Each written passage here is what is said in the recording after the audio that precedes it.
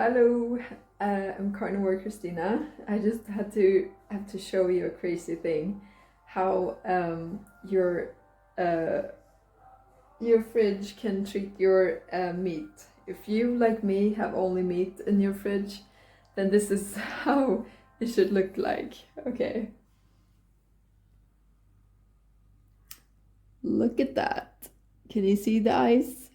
Can you see the eyes on it? It's like super hard.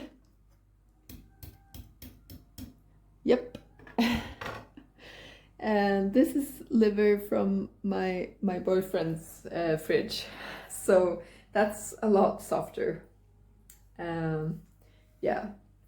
So just buy a fridge that can keep a really cold temperature. Okay. All right. Bye.